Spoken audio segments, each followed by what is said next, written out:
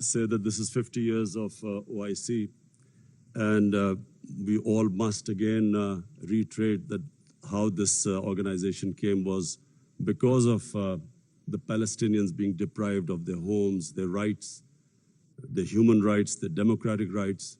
And so we reiterate again that there is no solution but a two-state solution in Palestine. East Jerusalem must become the capital of for the Palestinian people.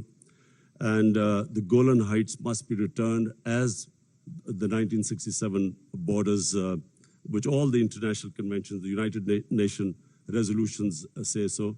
Similarly, I feel that in Kashmir, the people of Kashmir again have not been given their right to self-determination, as was guaranteed by the world community in 1948 through a UN resolution. The people of Kashmir recently have suffered a lot of oppression, and I do feel that us as a body, the OIC, must stand with the oppression that is going on in the Muslim world.